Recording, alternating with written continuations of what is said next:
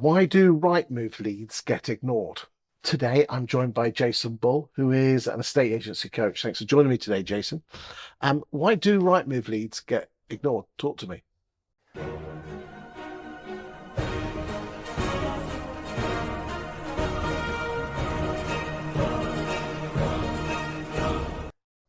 Oh, Chris, where do I start with that one? Well, I mean, if you don't mind me saying that, the stats have been around for over 10 years. I can remember in the previous studio we had a phone call. It was what's it called, Yomdel, Yep. and they basically used to do all the mystery shopping Yeah. for the Sunday Times Awards, which is now the EA Masters Best Estate Agent Guide, and it was always around 50%. And then there was this another firm that basically took control of Rightmove leads and just seeing and again, no one was ringing back, only about half. Not surprised. I'll give you some really Go on recent then, give us some. examples. So, got two clients that I'm about to start some work with. One based in Exeter, one based in Bristol. So the gig for me before I even start is actually let's get a feel for these two areas. Exeter I know reasonably well because I don't live a million miles away from it. Bristol and Clifton, I run offices there previously, so I've got some knowledge of it. Yeah, if anyone doesn't know, Clifton is the posh bit of Bristol. Lovely part of Bristol. So what I did was start off with the barest of basics. Personally, at the moment, I am actually looking for a property, and I've got two locations that I'm considering. Exeter one, Clifton being the other. So this is personal. There could actually be some genuine business out of this. I've identified 3 agents in each of those locations, and I've put in inquiries to each of them for viewing request. You weren't just picking them because of the agents, were you? No. So what I've done is I've selected the agent I'm potentially going to be working with, and 2 or 3 that I look at. They look pretty reasonable in the area by sort of market share, name, etc. And what was absolutely staggering was, out of 12 inquiries all told, only 1 responded within 24 hours.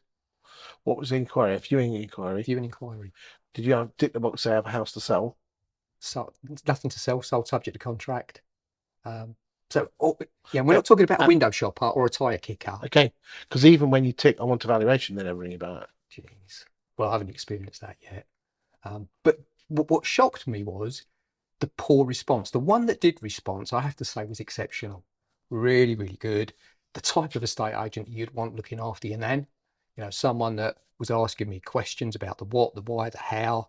We had a conversation, a real proper conversation. She discovered me as a seller, what was important to me, what I liked, why I was drawn to that property. So absolute first class. And this was potentially this is someone working with a client that I'm going to work with. So straight away, I can see they've got some standards in place. But it's got me thinking, why don't agents answer these inquiries? And I don't think there's one particular thing. I think we've got a combination. I think it's lack of ownership. So is it left to someone, no one, and everyone? Potentially. Standards. What are our standards in our company? What do we stand for? Is that something that is celebrated as a really important moment, or is it just viewed as something very, very menial? I mean, it shocks me that Negs put people into archive in nanoseconds. Are you lucky? I mean, I live in Grantham. We've been looking to move for the last couple of years. I can count on one finger the number of people that have rang me after putting ourselves on mailing lists. But you think about your industry reputation. So even if it's someone that wanted a showboat, and actually I'm not particularly interested in getting Chris moved, but I'd really like the kudos of being the person that actually could get some payback out of this. You'd want to give you absolutely killer service, would you not?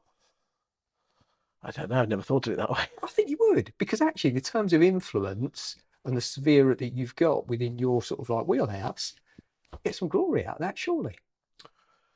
Again, like I never thought of it. Is it a management thing? Is it a fact that we pay people minimum wage and we're not attracting the right sort of people? I think potentially it's seen as a reasonably menial task.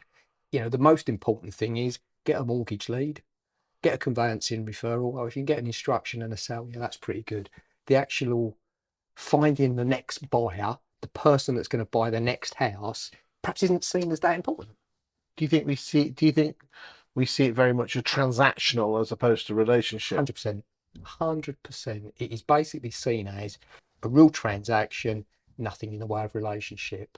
But I think if you look at really good industries, the hospitality sector in particular, they actually understand this whole relationship side, that actually this is a journey that could last you on for years and years and years. And they seem to get that better. I mean, it absolutely shocks me that only 1 in 8 people go back to the agent they bought off. And now this is the stat where I think a lot of agents go wrong, is to say, well, the average time that someone moves house is normally ranges between 18 and 20 years. But if you look at the total number of homeowners and the total number of movers and divide the two, that is an average. That's a poor use of an But average. think about it, Chris. Actually, Let me just finish these stats, Okay. because it'll blow your mind. 50% of the people who move every year have only been in the house 6 years, 18 weeks or less. That blows a hole in that, doesn't it? It blows a big hole in So it. think about it. All of those people that may only move 18 to 20 years, how many friends, relatives, work colleagues, children, spouses have they got that potentially couldn't use the need of an estate agent? If you've developed a relationship where you feel as though I like you, I know you, I trust you, surely your chances of business have got to be greater. It is. And if you only have a limited amount of time, the sweet spot is year 3 to 6. Who are looking at the lower to middle market, you know, your terrace, your flats, your semis. Obviously, if you're down south, it's going to be more terrace than apartments. If you're up north, terrace and semis. Those are smart things to do. What's the solution? Pay more money? Attract different people? Money's not always the answer, I think, in terms of development, focus, prioritizing the importance of this. So actually celebrate it as this is a really important moment, because this is the first touch point for many people. And these are people that potentially have got houses to sell. These are people that are going to be the buyers of the sellers of the future. Okay. I mean, only 20% of estate agencies classed as large independent, like legally they're not corporates, but they're really like corporates. 20% of the market, you know. And after that, you're into 2 or 3 branch operations, which again, I don't not normally run like independents, run like corporates. So 80% of the market shouldn't be affected by that corporatishness. It is though.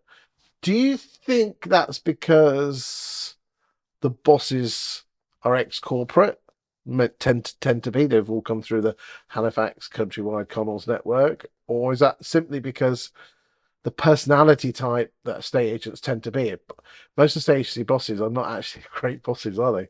They're just they're really good estate agents, powerful personalities, people that have done well where they've been. So actually, I'm going to set up on my own. Yeah, I've got a really good friend of mine that's actually started his own business in the last 3 to 4 years on the outskirts of Exeter.